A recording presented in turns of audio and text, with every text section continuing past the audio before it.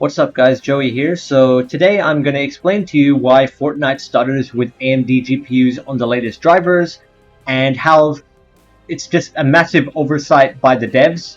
And I don't even know if I can't blame AMD for this because AMD are doing the right thing. People are reporting a stutter issue and they have put it on the patch notes for 22.5.2 that there's stutter, issues in Fortnite.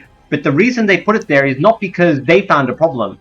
It's because users reported an issue and AMD were able to replicate it, and they're trying to figure out, obviously, because 22.6.1 it's still doing it. They're trying to figure out what the problem is, and then the Fortnite developers made a pop-up, and this is where the problem starts. They said there's a problem with the AMD drivers when there isn't. So now everyone thinks AMD can't run Fortnite properly. AMD cards, like I'm on an RX 5700 XT, and it's starting to become like, it's kind of like a misinformation, but it's the real root cause of the problem is something that happens in other games that no one's complaining about those games specifically, with the drivers being broken in them. And that is driver caching. Caching, I should say, sorry. I like to use the word cache, even though it's a mispronunciation of the word cache, because cache is already used for money, and cache, the way it's spelled, technically you could pronounce it as C-A-C-H-E, cache. You could emphasize the A, and that's a unique word to do with computers, so I reckon that would be a better way to pronounce it. So I'm getting off on a tangent there. The main issue is caching, compiling of shaders, however you want to describe it. And this happens when you update drivers and they're using a new caching method, which they changed it in 22.5.2. I'm not sure if they've done it all the times, but if you know what it is, then you'll understand why the game might be stuttering all of a sudden when you update the drivers. It's recompiling the shader cache. And I can actually demonstrate it. I've already let it compile, and the setting that controls whether it recompiles or not, if you haven't already done the initial compiling, is the effect setting. So if you sit in the game menu for long enough on low, it'll take about 5 minutes, at least on a standard system, like on my setup, 5600X. I don't know if it was even using the CPU much, but you can see my specs in the top right in the OSD, and my SSD is the one that's got Fortnite on it, is a Sandisk Ultra 2 1TB, which is a 550 megabyte per second drive. So it's not really a fast drive, it's not an NVMe, and it took 5 minutes on low, but then when I cranked it up to epic, it had to compile again, and it took almost 20 minutes. So it takes a crazy amount of time, and without a progress bar, if you just jump into matches, I do not know, because this would take forever to test. I'd have to reset the shader cache and do it over and over, but I do not know if going into matches slows it down or stops it entirely. And if it stops it entirely, because sometimes going into a match can pause the compiling.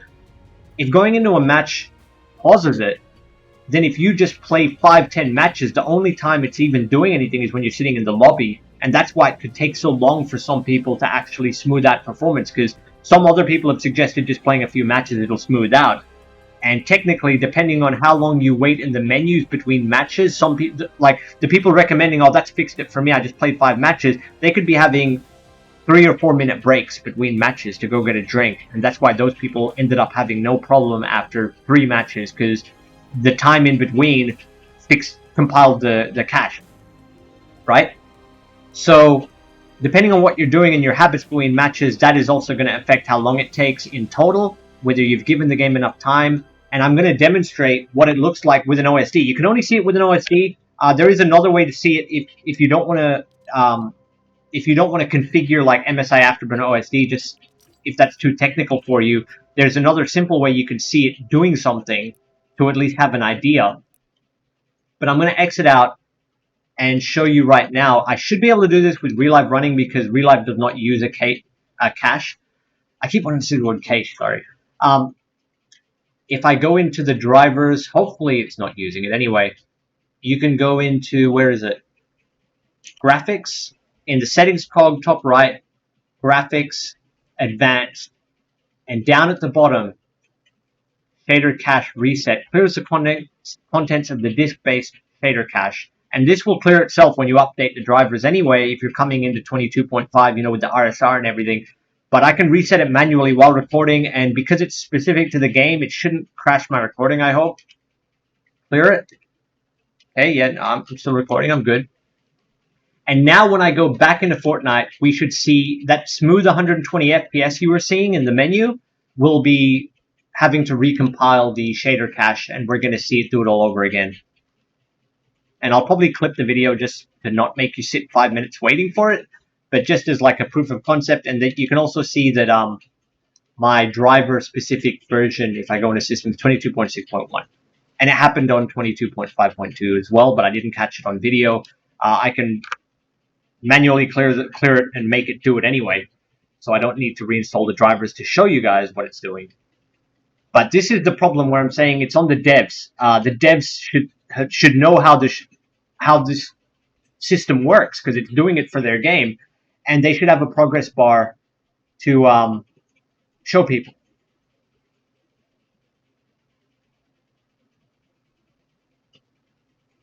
So we'll wait for it to load in to the lobby, and maybe it didn't clear properly because I am ReLive recording. I don't know. I do have it on video that I recorded this behavior. Maybe it's a new location, but if I change it to like high or epic, if it did clear any of it, it should start stuttering. Okay, yeah, because I had epic cached as well already. So as you can see, I turned it up to epic. We were sitting at 120 FPS, and now it is doing something. And you can see that by the utilization going up and down is kind of like a pattern. It goes up to 20%, then it drops down 19%, 50%, 19%. That is compiling, okay? And you have to, it takes like 20 minutes, literally. It takes like 20 minutes for epic to compile. If I already compiled it on low, maybe it didn't clear properly, because low is using much less file space, disk space, I guess. But it took about 5 minutes on low, and it'll take a while now. So I'm going to let that run, but I'm also going to show you how you can spot that the GPU is doing something if you don't have a frame time graph and you don't want to set one up. And that is set the screen mode to borderless, windowed full screen, okay? And then download a file, application called GPU-Z. And GPU-Z is like 2 or 3 megabytes, really tiny. And you can actually just go to the top right here, put the GPU-Z window always on top. So top right, the 3 little lines to bring up the menu for that, the settings. Set it to be always on top. And you can also set what sensors you want to see. That's, you know, not a big deal. But you want to see the current. You can also change the 1 second's fine enough. You don't have to change anything really. And then watch the GPU clock and the memory controller load to see if it's fluctuating from like 1% up to 10%. You know, it's just moving around. And the GPU load too. And you can actually see it's matching my OSD almost, but it's spiky. It's not a solid, it should just be a solid red like the fan RPM. It should just be fixed to a solid bar looking thing. And if it's fluctuating like that, then you know that it's compiling.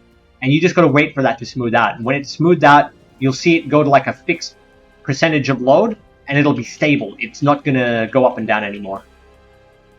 So I'm going to sit here and wait for this, and I'm going to leave this graph running so that when I click the video, you'll see how it's on a timeline. This timeline, you'll see this pattern, or maybe it'll already be past that, but this whole thing will be full by the time it's done, depending on how long it takes. So I'm just going to click the video, and you're going to see the timer in the bottom right reset to 9. And I'll also check the time on my system. I don't know if you can see it here. It is Monday, July 4, 4:55 p.m. You can't really see it through the OSB, the ReLive counter. But 4:55 p.m. and maybe we'll bring up, there we go. So we've got the time here, 4:56 p.m. and then I'm gonna clip the video, and when this frame, when I clip it back, the compiling will be done just to demonstrate on Epic settings, and FX adds volumetrics on Epic, so it really tanks your performance anyway. I'm not gonna actually run this setting, but this is just to show that it does smooth out, and it is a caching compiling issue, a shader compiling issue. So it didn't take as long as my initial, when I first tested off camera, initially when I first tested this, it took like 20 minutes waiting in the game menu, and this time it took like a few minutes on Epic.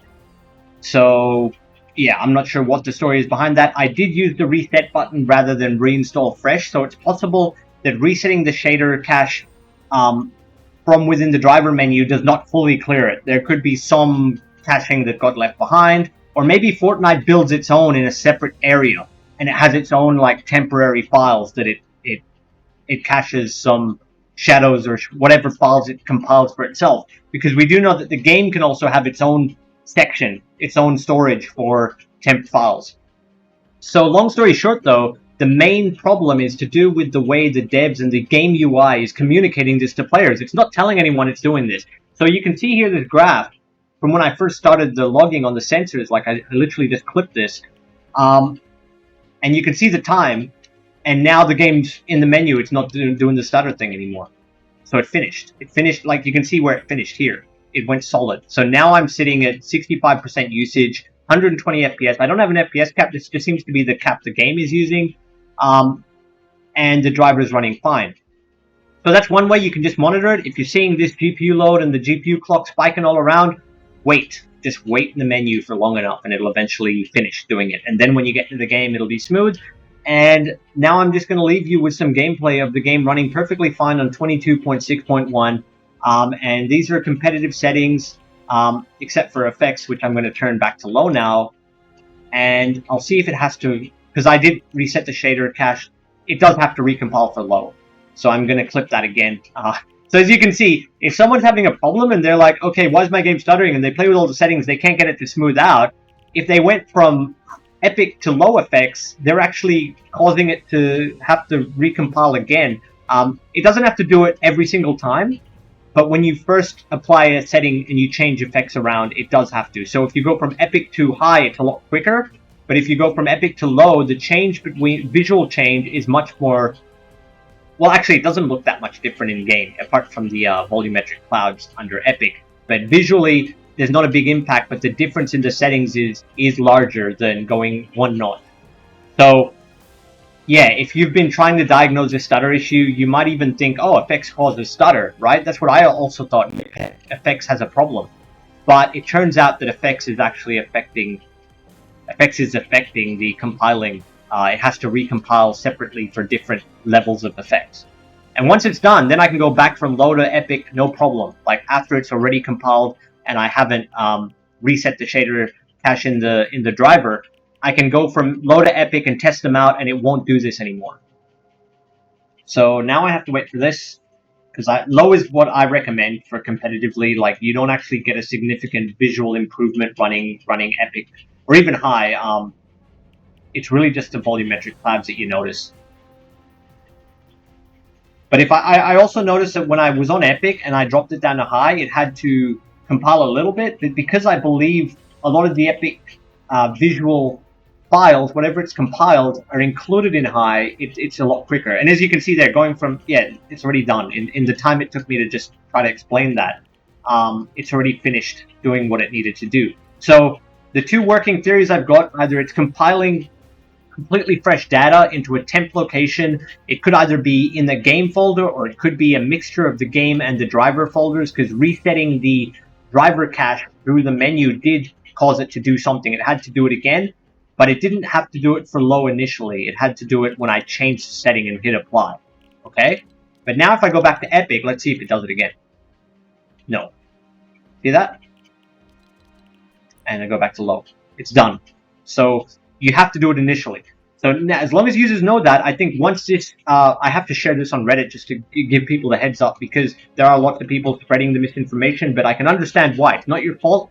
It is the Fortnite devs' fault for not giving us the UI. Maybe it's not. They're not doing it on purpose, but they should be investigating whether their UI is showing the right thing, because obviously you can look at games like Warzone that show that it's caching something, and there's a progress bar, and if you try to play while it's doing it, you'll get all those FPS drops and stutters too in other games. So the games that do show it, they're the ones doing it properly, and Fortnite needs that for at least, you know, to give us that cue that it's busy.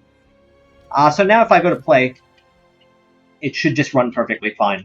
And you know, there may be the odd FPS drop when you're loading in, because it does it in PUBG too. When players are joining, if your ping is not great, you'll actually get server-side minor hitches, and I wouldn't even call them FPS drops, even though it does affect the frame time and you'll see an FPS drop. I wouldn't specifically call it that because it's to do with player connecting to the server, and sometimes it's fairly smooth when people are joining in, and sometimes it's really bad. But you'll see a few joining drops, people joining into the server. It's syncing up, and the annoying thing is, if you see in the top left where the ping is, I'm on 197 ping, and it's not updating fast enough to show you the packet. Public, like, she's like, you just have to pay the guard. And then I was like, let's all go. And Isa was like, oh yeah, sure, like, I'm down. And again, we were all like literally in our Okay. So yeah, if you could see the way that it's updating the ping and the download rate and everything, it's not updating fast enough to see the download and how the packets are affecting the little FPS spikes I'm getting. But you'll see it happen when everyone drops out. Like, just look at the frame time graph, and as more people drop out, you're going to see more of those little stutter things. That could be fixed server side possibly, but I was on an Nvidia GPU. My old 1070 Ti in PUBG, and the same thing used to happen when people would drop out of the plane. So it's not something I'm unfamiliar with. But people first like upgrading or swapping from different GPUs might notice it more because you're scrutinizing your card more rather than the game. And maybe it was already there in your old card, but you just didn't notice it because you weren't looking as closely. So that's my only take on that. But once we get on the ground and everyone's dropped out, we'll see if there's as much FPS drop. But once we get on the ground, that smooths out for sure. And one other thing I noticed is, I'm not sure how to describe this, but it's not specifically game lobby shader caching that has to be taken into account, or temporary file caching. It is also to do with stuff that happens dynamically while you play. There is a little bit of that going on. I've noticed that if I play like 3 matches, the dropping out of the bus specifically, the FPS drop from that also smooths out. And my current theory behind that is that item shop skins also need temp file caching. So I don't know if that's to do specifically with the effect setting and the game preloading stuff, or just to do with the fact that those specific skins haven't been downloaded and saved yet to the temporary location that the game uses. And until that's done, until you've seen all the skins in game, every time people drop out of the bus, if there's new skins there, because there are a ton of skins and different items and stuff, it dynamically loads it. And once it's saved those files, the next time you drop out of the bus, it'll just get less and less and less. Because I did have a match, like, before I made this video, I've been playing 3 matches, and on that 3rd match, when I dropped from the bus, I noticed that people were dropping out, and there was absolutely no, like, the frame time graph was perfectly smooth. So you can see there's still an odd one here and there, but it is way better than initially when I first loaded the driver in. Oh, I can't feel that high. Whatever. Sort of the team, wherever they are. They've left me. Great.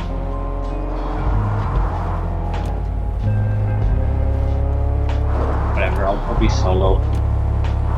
This is good enough for an FPS test. Okay, you can see my performance. If you are running a weaker CPU, do take that into account. You won't be sitting at 98% usage on a Ryzen 3000 or 2000 CPU, or older generation CPUs might not be able to max out your specific graphics card if it's particularly powerful. And then you want to reduce the CPU specific setting, which is actually view distance, because that's the distance you can also, the amount of entities and players is CPU bound rather than GPU bound. So reducing that can really help in that area. What's this do? Really? Oh, it's a radar flare.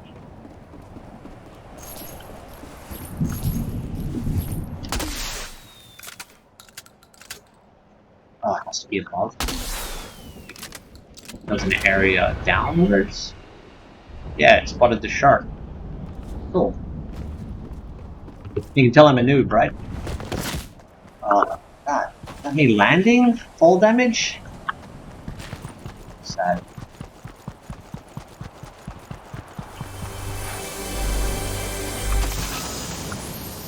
Need heals.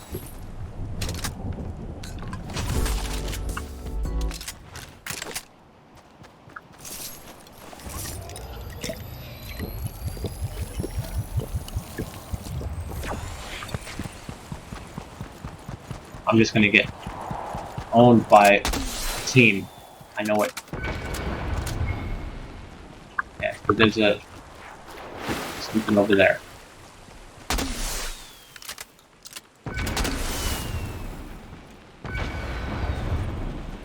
Right, right.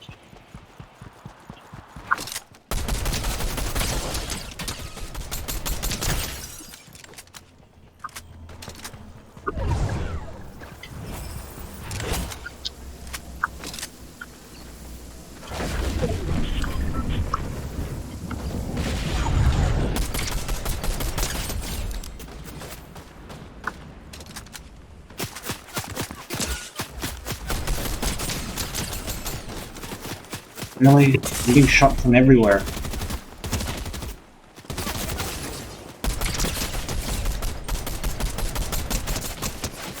Go away.